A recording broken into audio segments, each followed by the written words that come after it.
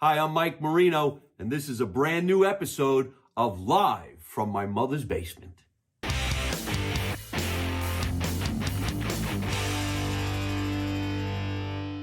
And there it is. Good evening, ladies and gentlemen, and welcome to another edition of Live from My Mother's Basement. I'm very excited to do tonight's broadcast because I'm really in the basement. I'm not on tour. I'm home in New Jersey, and I happen to have a fantastic guest on the show tonight, wherever you are in the world watching, because we don't know when this is going to air, because we roll like that. We're going to shock you. We're going to surprise you. But this guy is actually from, well, I hope I'm right. You're from Jersey, right? I am from Jersey. Original Jersey boy. I don't want to fuck that up right away. This is my first recording of the new year, so Happy New Year, everybody. Welcome to 2024. Ladies and gentlemen, nice and loud around the world. Put your hands together for Eddie Testa. He's in the basement. What's up, buddy? Thank you. Nice to be Nice here, to man. see you, man. Nice to Holy be here. shit. Thanks for having me. I've been hearing and watching this guy for a long, long time, but shockingly, out of nowhere, I don't even know how it happened. Maybe he could tell you how it happened.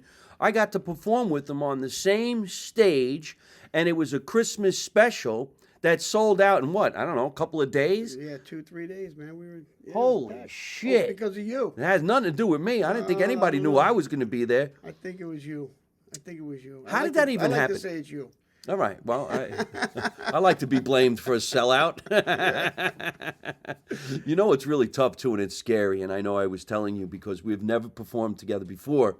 I'm always nervous to go on stage after a band because the band usually closes out the show. The last song, everybody's yelling and screaming and dancing and going wild. Balloons are popping. And he's like, no, it's going to be all right. When I'm done crushing the shit out of this place, you go on. Like, okay. I've never seen anybody so nervous like you that night. You were pacing around. Oh, yeah, I get quiet. Oh, my God. I said, is he going to be able to tell his jokes because he's so nervous? I thought maybe he's not going to be able to perform. It's like going with a beautiful woman. You're like, am I going to be able to perform or not? Oh, well, hey. I usually don't worry about that one. Not yet, anyway. No, you know what it is? I've opened for a lot of bands. Usually the comedian's the opening act, kind of like back in the day with Frank Sinatra and the Rat Pack. And then the band blows the room away. The comedian comes back out, maybe does the last 30 seconds and waves goodbye. But the reverse can be scary. I've done it a bunch of times, but not for a big band doing stuff like what you were doing. Maybe just for like a trio, maybe people playing some jazz and blues, but you were up there blowing the room away. I'm sitting in the room going, mommy. Look at all these girls screaming in here. What's going on? So let's go back to the beginning. Tell us about your life, your career. Where were you actually born? I was born right down the street here in Plainfield, New Jersey. Oh, no shit. Yeah, I'm a Plainfield boy. Plainfield? Then we ended up in Freehold. So is that because of being in the business, or? No, my father liked the horses, so Freehold Racetrack was down the street, so we ended up in Freehold. That's how we ended up in Freehold. So. All right, listen, you're going to have to explain this now because a lot of people watching the show are from different parts of the world, thank God. And most people are not going to put horses together with the state of New Jersey. However, Freehold is a big place for horses, or what do they call it? Equestrian, and a racetrack. Right, we have Freehold Raceway, which is trotters and pacers. Mm-hmm. So my father loved the horses, and he opened up. My father was a barber, and he opened up a barber shop on Route 9 in Manalapan, and we ended up moving to Freehold so he could be closer to the horses. Is that reason? That's the reason why? He liked to gamble. Go figure, an Italian guy gambling. He bet on the horses. Who came in third? Don't worry about it. Don't worry about it. Exactly.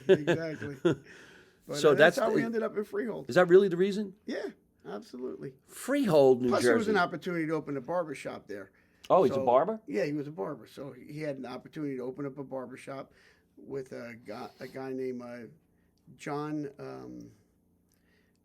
Genovese. No, really? Yeah, John Genovese was the guy's name. The guys? Oh, I don't have no idea. All I remember is them shaking hands.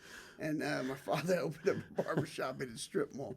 So that's all I remember. You know, they so stereotype Italians from New Jersey, but you know what? If the shoe fits, just wear it and don't say nothing Yeah. because it might get heavier in the future. For sure. I can't believe we just said his father's Italian. He moves to Freehold because of the horses. And what does he do for a living? He's a beautician. And who's his partner?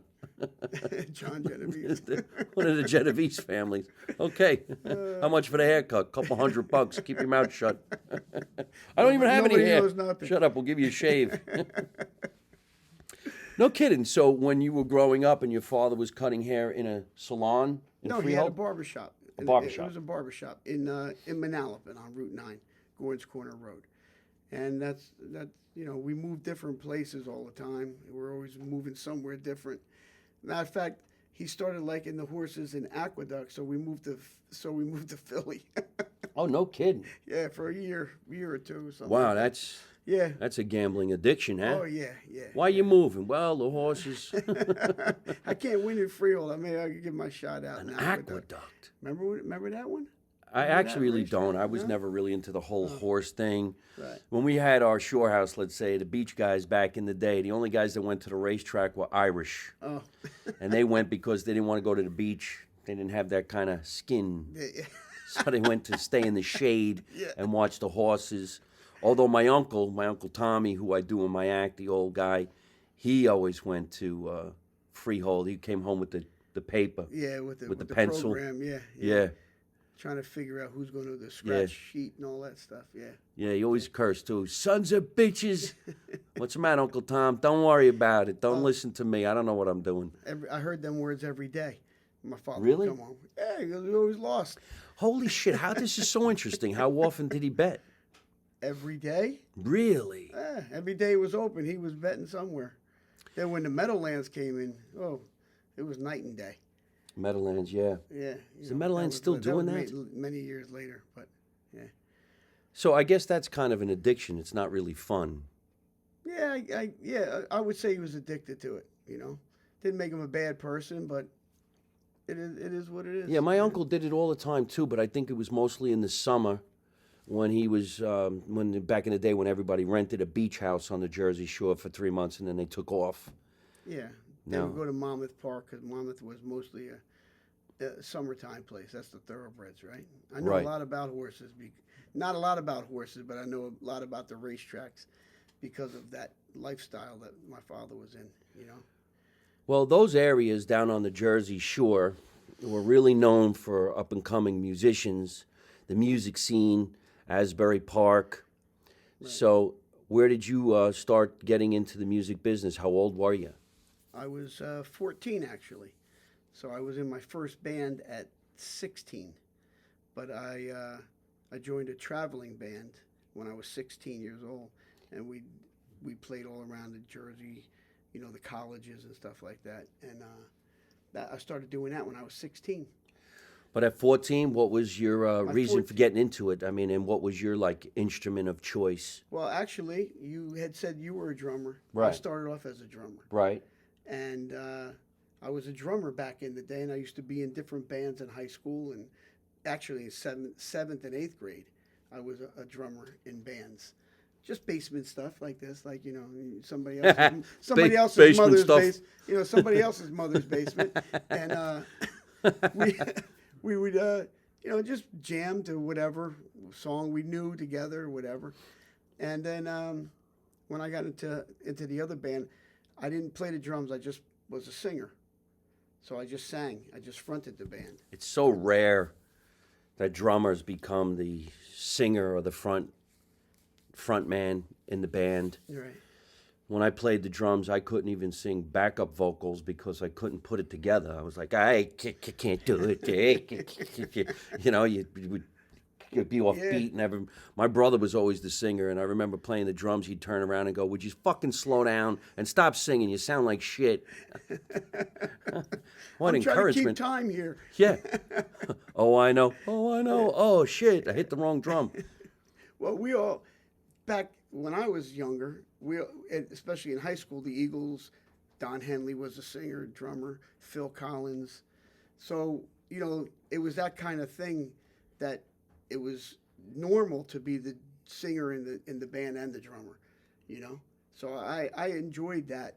But then eventually, when I got older, my brother was a guitar player, and he was like, "You got to if you're going to sing, you got to come out from behind the drums, because people don't sing behind the drums anymore. They're all front people." Could you? Could you play and sing? Yeah, I could play. Such a hard thing to do. Yeah, but If you went, listen, I thought I was good. I don't know how good I was. well, you were doing it. Yeah, because everybody thinks because you sing well that you're keeping a beat. Maybe I wasn't as good as I thought I was playing the drums. Right. You know what I mean? But I didn't concentrate on just being a drummer. I concentrated on being a drummer who sang. It's so hard to do, and I think everybody knows the most legendary singing drummer was Phil Collins. Yeah. Right. And well, Don Henley, Phil Collins, yeah. Don Henley. See, I'm not really up on that. It's just that because of his famous drum solo in that one particular song, you always think that the greatest drummer who sang was Phil Collins. Yeah, absolutely. Everybody knows that drum thing, whatever it's called, a riff, an opening riff. You mean the I Can Hear It Yeah. in the Night? I Can Hear It. What's the name of the song? Like a pre-drum solo in a song. Yeah. Do you ever play that song? No. Not when you were with the boys? No. The band? No. We play more stuff that we want to get people dancing. Dancing. You know, I mean, it's a I great know. tune. There's a lot of great tunes. So when you stopped playing the drums, you became the front man. When did you put the guitar in your hand? Well, I started playing the guitar when I was about 14. Right. But I was learning it. I learned guitar on my own. So I only wrote original music.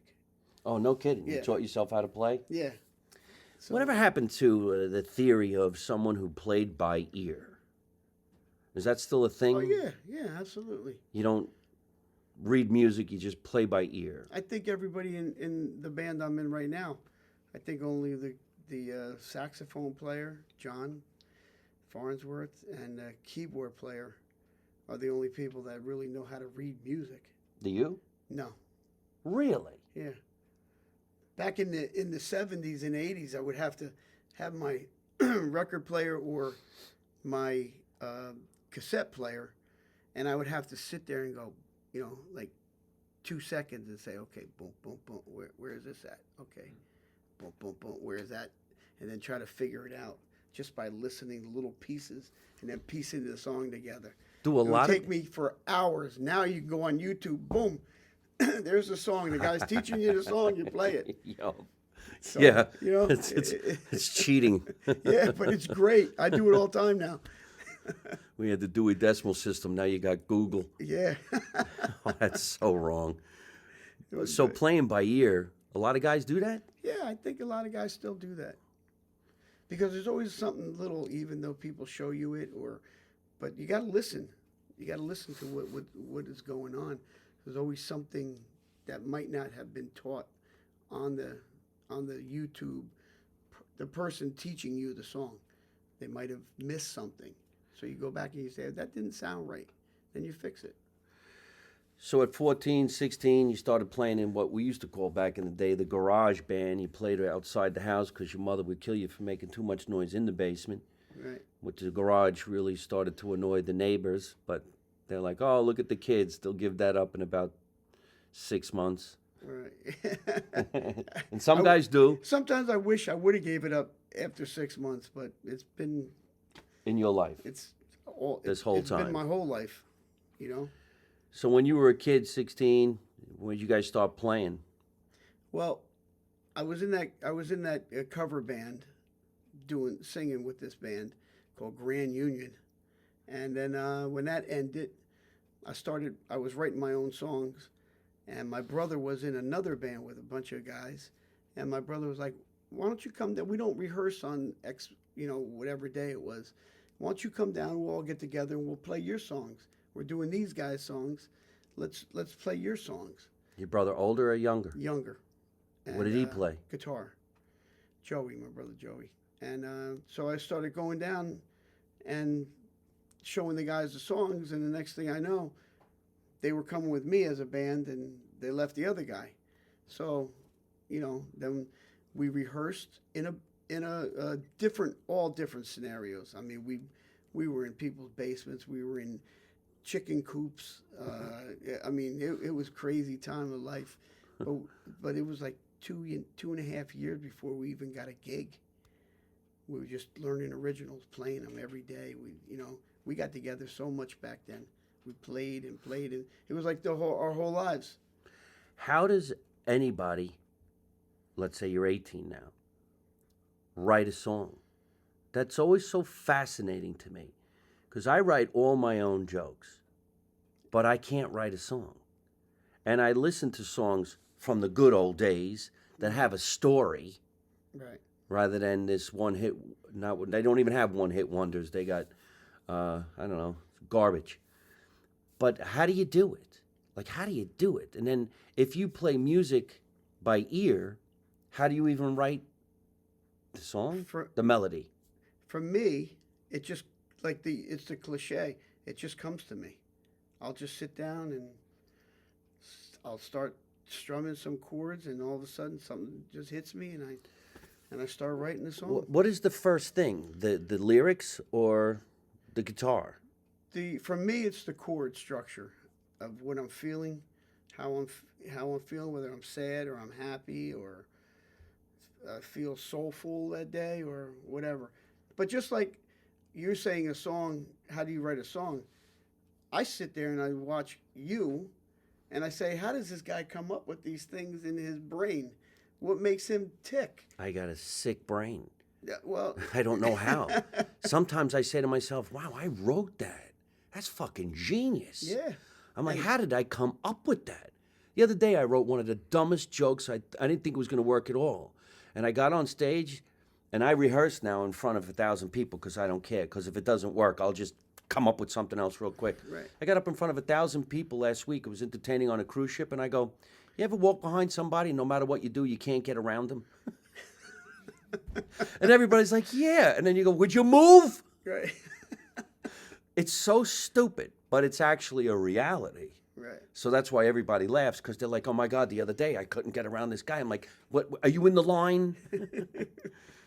And then you realize, well, you're just recalling life. So maybe writing a song in a way is recalling life, because when we listen to the lyrics, we say, oh my God, yeah, remember that girl broke my heart. Right. And Stuff like that. A lot of songs are written of your own experiences or your vision of someone else's experience. And I guess it's similar to you. If you see somebody doing something funny or stupid, you can, make something out of that. Well, if you wrote a song and people love it and they're enjoying it, and it's a great song, how do you even come up with the second song? Because I can see you can write a first song, like writing a joke, and then it's your favorite joke and you do it all the time, and you start to think, how am I going to do anything better than that? So how do you do it? I think Do you top it? Do you have a favorite song? Do I have a favorite song that I've written? Mm-hmm. Yeah. So I wrote a song, Angel, which is one of my favorite songs, and I wrote it about my wife because when I first met her, that's what I was feeling. So I thought that was like one of the greatest songs I ever wrote, and I still do till this day. But I've written other songs that are equally as good. It's just that when you write a certain song about somebody that you have a feeling for, it's like a special feeling inside. I've written rockers that are fast and everything, and they're fun songs to play, and they're regular rock and roll songs.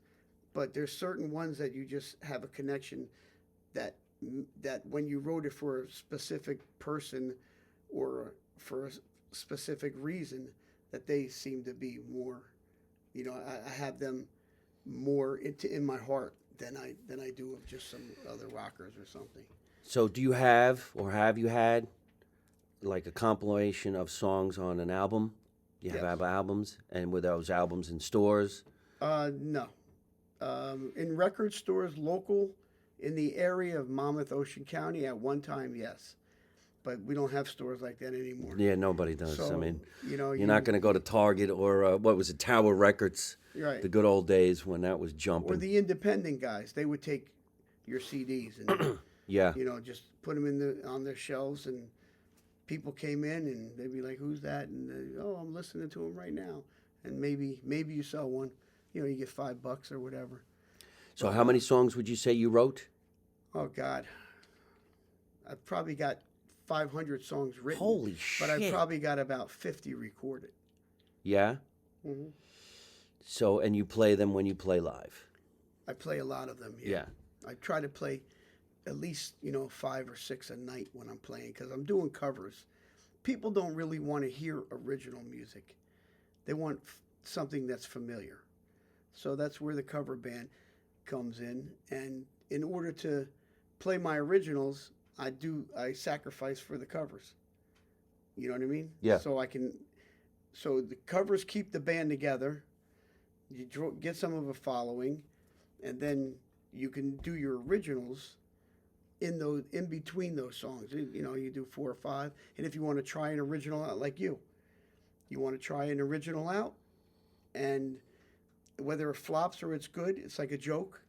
You play the song. If you see that the reaction is horrible, you never play that song again. Right? Yeah. So you get the reaction. But I'm bump. Yeah. So you get the reaction from the people. If people go, oh, they were dancing, they were bopping, they were moving their head, then you say, oh, I'm going to do this one again. You know. Does your brother still play with you? No, my brother moved to Texas many years ago. He's not in the band business, or I mean the music business. He like plays jazz stuff, and Right. you know, he still plays guitar. He's a great guitar player. Is it just you two in the family? Oh no, there's 7 of us. 7? Well, there was 7. kids. One of my brothers passed, but I'm sorry. one sister, the oldest, and then 6 boys. Wow, that's a football team. Yeah. And anybody else in the music world? My brother Tony dabbles in playing. He writes songs. He'll put them up on his page, Facebook page. Right. And my sister, she thinks she's a singer, but no, I'm only kidding. She used to be a great Hello, singer. sis. Hey, Deb. She sings, you know. So yeah, but you know, life gets in the way sometimes. Are you kidding me? In the entertainment business, yeah. you're kidding. But are you the youngest? No, I'm in the middle. You're in the middle. I'm the middle guy too. Yeah, my sister, my brother who passed, Dominic, then me, and then under me is the other 4. Do you know that the majority of comedians out there wish they were in a rock and roll band? And supposedly a lot of rock and rollers wish they were comedians. You're absolutely It's right. the weirdest thing. I'll tell you why. I'm not a very good talker. So when there's downtime, I don't know what to say. And I always think, wow, if I could say something funny, if I could be a little funny, that would be great. Yeah. But I'm not that, I don't have that wit. It's funny that you say this because my brother Paul is in a band. He's in the Paul Marino band, and I've had him open for me a bunch of times. He has his trio. He likes when he opens for me because he only has to do a half hour and then go wait in the back and watch your brother take it from there. But every once in a while, when the trio's playing, I'll play the drums. The difference is he can sing, he could play any instrument. He just picks it up and he plays it. It fucking drives me nuts. He could read music, he play the drums, he could play the piano, plays the guitar, plays the trumpet, plays the flute, plays the harmonica. He just picks it up and plays it. Right. He don't talk. He doesn't. He'll say nothing. He'll go like this, hi, everybody. Yeah. And then he just starts playing a song. I'm like, yeah, you can't do that. You got to talk a little bit because we do some of these corporate events. They want you to talk. So I started playing the drums with a cocktail kit, just a snare and a cymbal. So I would stand next to him, and I would do the talking. I go, and now, ladies and gentlemen, my brother Paul's going to play this. Mommy always liked you better than me, you son of a bitch. And before you know it, everybody's watching. Right. Because it becomes more interesting. But I know so many guys who are rock and rollers who go to the Laugh Factory in Hollywood and try their hand at stand-up. Oh, really? Yeah, it's pretty amazing. You're like, isn't he in Guns N' Roses? Yeah. Let me try this joke, man. Well, I was going to ask you tonight if you could write some jokes for me that I could say in between my set, because if you ever notice, you've seen me play. Yeah. So we go from song to song to song to song to song. And you know why? Because I don't want to stop to have to talk. Yeah. Because I don't know what to say. You know, That's really, why I what do to that. say is what's on your mind or what you think is on the people's mind. You don't want to know. Ask a you don't want to question. go up here.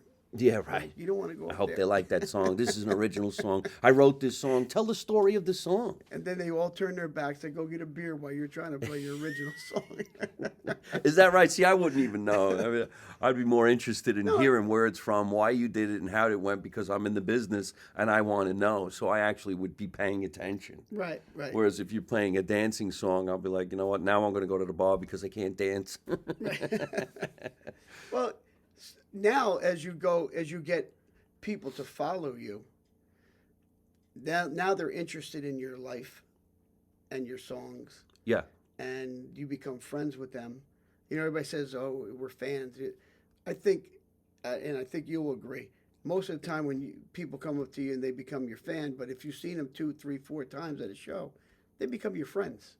Oh, yeah. So all the people that come to see us have become my friends. And they know what you're going to do. Right. And they're hoping you're going to do it. And they say, "Can you play that original song? Can you do this? Are Can you you good? do that?" And I'll pick nights and I'll be like, this is a new place for us. I don't know if it's a good idea to do original music.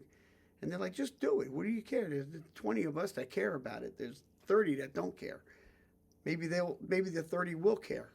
But it's always a fear, It's always, I don't know about you, but I'm always nervous. As long as I've been doing this, as soon as I get on the stage, it takes me half an hour, 40 minutes to even settle down from my nerves.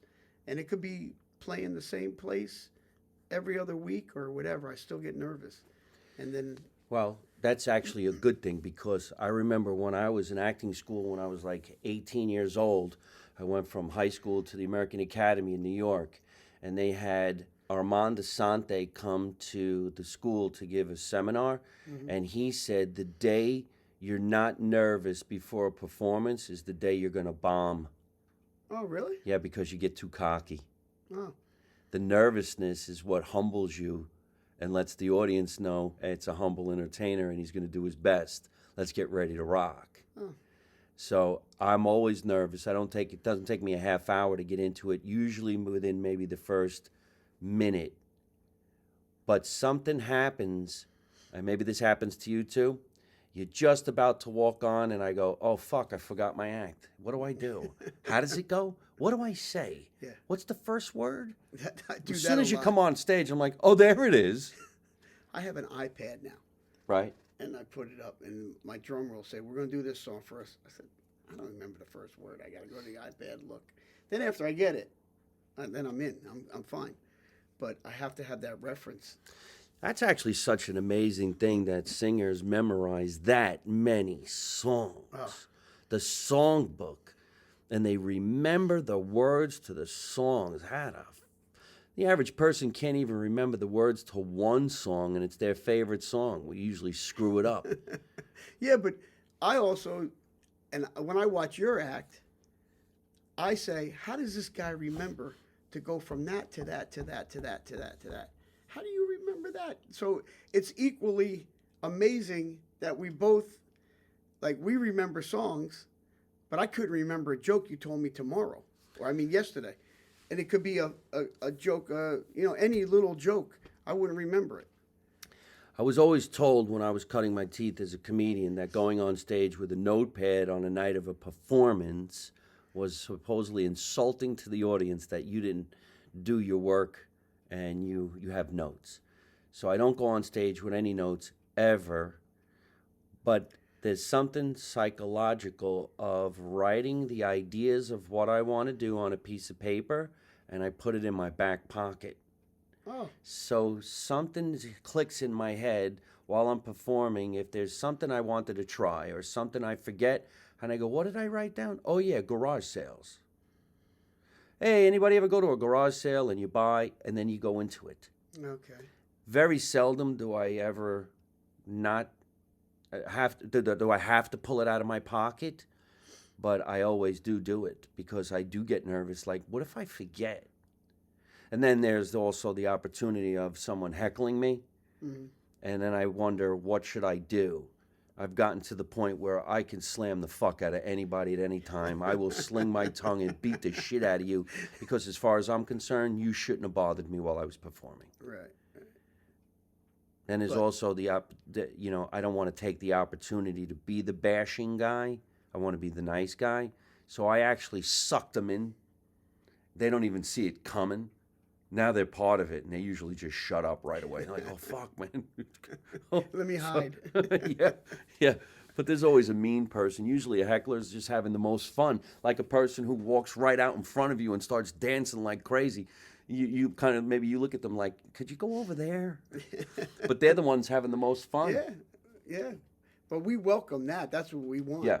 We want somebody to break the ice to get somebody out there. How often do you guys play out? And what is the name of the band? The Eddie Testa Band? The Eddie Testa Band. We Right. play out like 3-4 times a week. In the winter, a little less, probably about 2 times a week. That's a lot. Yeah. That's a lot of performances. Sometimes it's 5 times a week.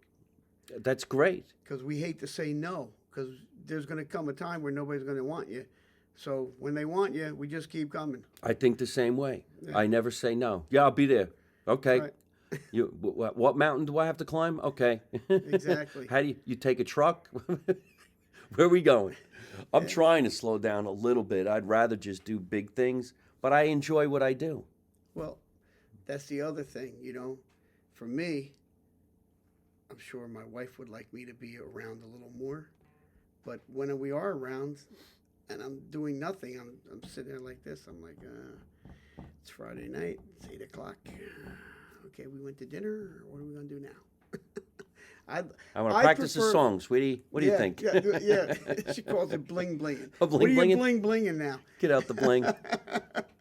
So, so I don't know about you, but I always I love going to see bands, but I think I'm a little jaded because I would rather be the performer, not the person observing the band. Even though I've seen, listen, where I live, you know, where we down the shore, really a lot of places, there's great bands everywhere. But after a while, you just want to, like, you're salivating to be on the stage instead of just sitting there watching somebody else play. Yeah. You know, I'd rather be the entertainment than entertained. I go and support other entertainers, but usually don't have a Thursday, Friday, Saturday free, which is when they would be performing. That's when I work. Right.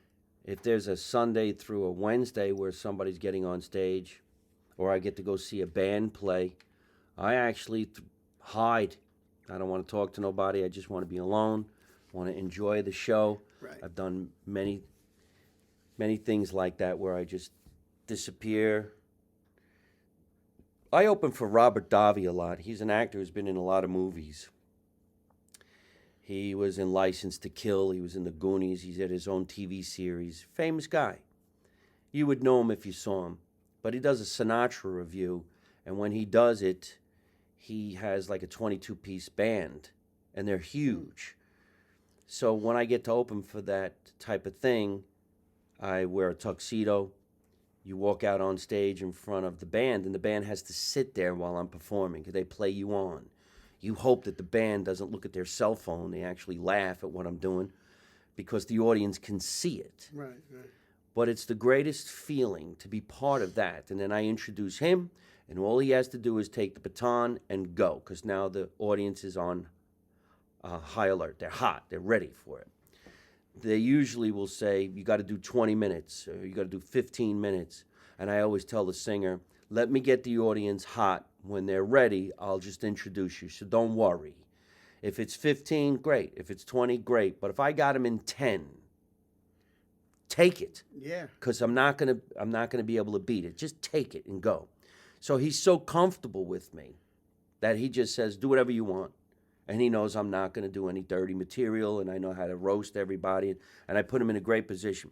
This last show, when I always walk off stage and then I go in the green room. I won't go into the audience, because if I walk into the audience, somebody might turn around and want to talk to me while he's on stage. Yeah, right. And that's not an egotistical thing. I would love to be spoken to, but not while the guy's on stage. Right.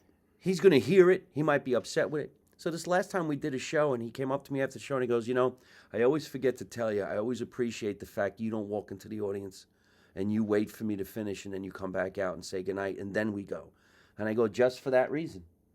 I don't want to make anybody want to talk to me while you're doing your thing, because it's disrespectful. Tell us about the Asbury Park music scene and your involvement, because I'm sure you know this. The world is so fascinated by the so-called Stone Pony.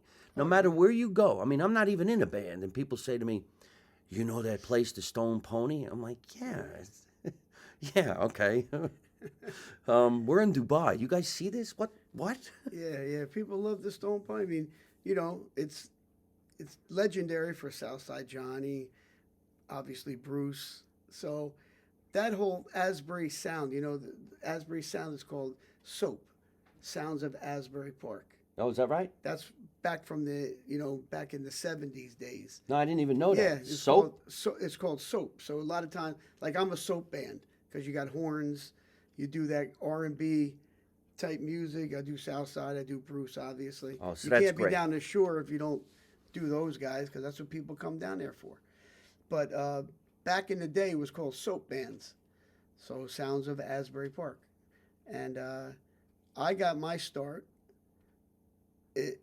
by one guy, Sonny Kin. He's legendary down there. And he was supposed to do an opening act for John Eddy on a New Year's Eve. Well, Sonny got pneumonia, and they couldn't find another band. And my friend, George McMorrow, knew me, and he was like, I can get this band, but they never played out in a bar. And they said, well, we're desperate. We need an opener. So I went and I did the show. And right after that, man, we just took off. The band just started. Because I was originally in a band called Eddie and the Cruisers. I am not from the movie. I didn't do the soundtrack. But our band, we were really the first Eddie and the Cruisers. And that's what we called ourselves in this late 79, 78, somewhere around there, into like 80, 81. And then in 84, I changed it to just the Cruisers because the movie came out and it kind of like messed us up. So did people think that you were getting it from the movie? Or that people thought we were from the movie. So management in bars would hire us. And then I'd show up and they go, you don't look like you did in the movie. You don't look like the guy in the movie. Your sax player is not black, guy.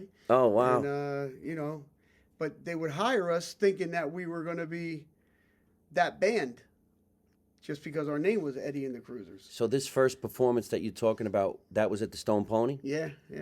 So your first performance at the Stone Pony was almost like an accident. Absolutely. And it was a great accident. And it was great for me all my life.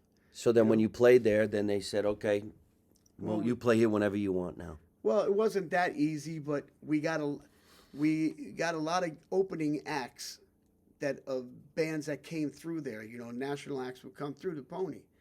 So we would be the opening act for a lot of acts, and I'll tell you why. We were cheap, and we had great equipment, and instead of them renting the equipment from other places, they would say, you guys open up and leave your equipment, and we can use all your stuff, and then at the end of the night, you break it down and you take it home. Oh, that's fucked But up. we got a lot of work. Yeah. We got a lot of work. Yeah. The guys who owned it, there was a Butch and a Little Butch, and they loved us. They loved the band. We were young. We were fresh. We were writing original music. All we did was original music. And then at one point they said, why don't you guys learn some cover songs, and then we'll put you on a Thursday night or a fill-in night where we have the cover bands. So that's when I started getting into the cover music. But our initial thing was always original music. So that's where. So you did the The Fast Lane and all those other places in played the Asbury? Fast Lane, yeah, played the Fast Lane. Did they played have Mrs. J. rivalries, like as if you played a Fast Lane, you can't come over to the Stone Pony? They have that now. Really? Oh yeah, yeah. If you like for instance, if I want to play the Pony, I can't play anywhere around Asbury Park for a month before or a month after. How about the Wonder Bar? The same thing because they're owned by Madison Marquette. So you can't play within a certain amount of period of time to play this place and then play there. And it's all about ticket sales and, you know. So that's a radius clause for bands. Yeah, yeah. But at every other place you could play, I could play Bar Anticipation on Friday and I could play around the corner in another place on Saturday. They don't care. But Asbury? Asbury cares. Yeah. They make it that way. You No know? shit. Yeah, yeah. It's still None of those places are individually owned anymore? No. Wow. And it's Live Nation that puts the talent in there? Yes. Well, the national acts, not the local guys. Right. The local guys, somebody will call you up and say, "Hey man, you available for this night?" And you do it. So where's your favorite place to play? Every place. Right? I got the same answer. There's no favorite place. Anywhere. Out of New Jersey? I would love to get more out of New Jersey, but that's a stretch. I mean, I like to go to Florida and upstate New York and play at different places, but it's expensive. You know, you're talking 6, 7 guys. You got rooms, you got travel. It's not like when you're 20 years old and you just get in a van and drive. It's, you know, people have wives and girlfriends and kids and jobs. You know, being a musician is not, you can't make a living out of being a musician unless you make it big or semi-big. And, you know, being a local guy playing bars on Thursday, Friday, Saturdays in the summertime or Sundays, you're not making a killing. You're making a couple of bucks and you're having fun. You're having fun. If you don't do it for the love of it, you shouldn't be doing it because there's no money in it. I love what I do. You know? It depends on where I go, but there could be money in it. What was I going to say? I just had this.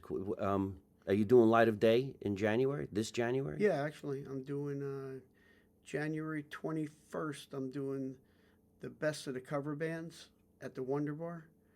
But that morning, I'm playing at the Watermark at 12:15, doing just an acoustic thing with about. Oh no, shit! By yourself? With about 5 other. Like a singer, songwriter in the round type thing. And then you just walk across the street and play the other club. Yeah, exactly. That's great. You ever do Tim McClune's? Oh yeah, I played Tim McClune's. I played almost anywhere. Listen, I've been around a long time. I've been around since 1981. So here we are in 2024, and I'm still going. It's amazing that all these wonderful places are still thriving in that area. It's so good to see. When I did my first comedy DVD and we filmed in 2006 in the Paramount, I remember walking into the city and saying to the producer from California, "This is a very famous town." And he goes, "There's no one here." I'm like, "Well, it's a famous theater." And he goes, "Mike, there's no one here. We're going to be spending a lot of money filming. Can you tell me what this is?" And I go, "Well, we got the theater for free." And he goes, "Yeah, because there's no lights in there. There's no sound in there. And there's a net catching the dirt from the ceiling. What the fuck are you doing?" And I'm like, "Well, this is a radio guy told me I could do it here. And the town said you can have it." Right. Put 1,700 people in there. Oh, you did? Oh, fuck yeah. Oh, nice. Yeah, nice, they had the lights, camera, action. That was the first time I ever saw that many people. My heart was pounding. Right. It was just you by yourself? Yeah, it was my first solo performance live from Asbury Park. Nice, nice. And the reason why I did it is because a radio personality, Steve Travelese, said to me, Steve. "You could be the Bruce Springsteen of stand-up. Why don't you film in the Paramount? I bet you they'll give it to you." And I said, "Why would they give it to me?" He goes, "Because it's condemned." Right. And I go, "Then where are we going to get the people?" He goes, "How many do you really need?" Right. And the director said 300 because we'll shoot that way. Right. Get the back of their heads. Yes. And so I said, "Okay, but I know how to do a big publicity stunt." So we did it. What'd And you do? I just went everywhere and anywhere you can think of. And I said, please, I want to get 800 people. Right. And then the night of the show, when we were getting ready to film, a fire marshal came backstage and he said, who's in charge? I mean, there were cameras everywhere. There was a gym arm. It cost almost $50,000 to do this event. It was being backed by a company in Los Angeles. And I said, I guess I'm in charge. And he goes, we got a bit of a problem here. I'm the fire marshal here in Asbury Park. You're at capacity and there's 100 people trying to get in. And I went, that's not a problem. Shut the fucking door. Shoot this bitch. And we went. Away we went. That's great, A man. year later, they asked me to come and do it again, sold it out again. The third year, they came at me and said, we're now a Live Nation event. And I says, okay, what do you want me to do? Well, they're going to hire you. Oh, wow. 500 people. Nice. Yeah. Could you imagine? On my own, Yeah. sold it out twice. Through another company, 500 people. That's showbiz. Yeah, that's showbiz. You can't do that. You got to do it like this. I'm like, well, now wait a minute. Now wait a minute. And so eventually you just stop. And then we lost a good friend. You probably worked with him. I hope I could get his name. He was always booking Darlene Love. He was a talent coordinator in Asbury Park, a real estate broker. He passed away. But before he passed Henry away, Vaccaro. no, he was, what the hell was his name? Anyhow, he was a talent coordinator, great guy, and he booked me at the Paramount, and he said, we're doing something different. The musicians are going to perform on stage in reverse. We're going to put the tables and chairs on the stage facing the audience, and then the entertainer will face the wall. And I go, yeah, but I'm not an acoustic singer. I don't do that type of a thing. Right. And he goes, yeah, but it would be different. We're going to call it up close and personal. And I'm like, well, okay. So I remember when we did it, we sold out 2 shows. And at the end of the night, he comes over to me. We were at the Wonder Bar with another guy who's a talent coordinator over there as well.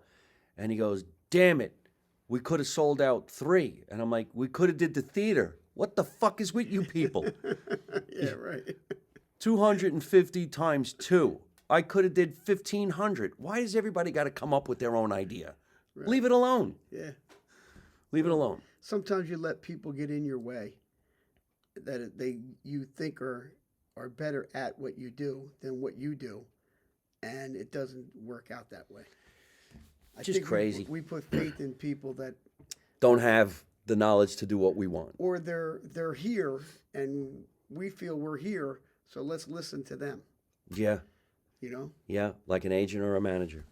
Right. Well, listen, we got to bite into some of the sandwiches that are sitting on this table right now because being from New Jersey, and I'm sure being Italian, we know that there's great food places to eat all over the place. One of my favorite places is Big C's food truck on Terrell Road in the town he's from, Plainfield.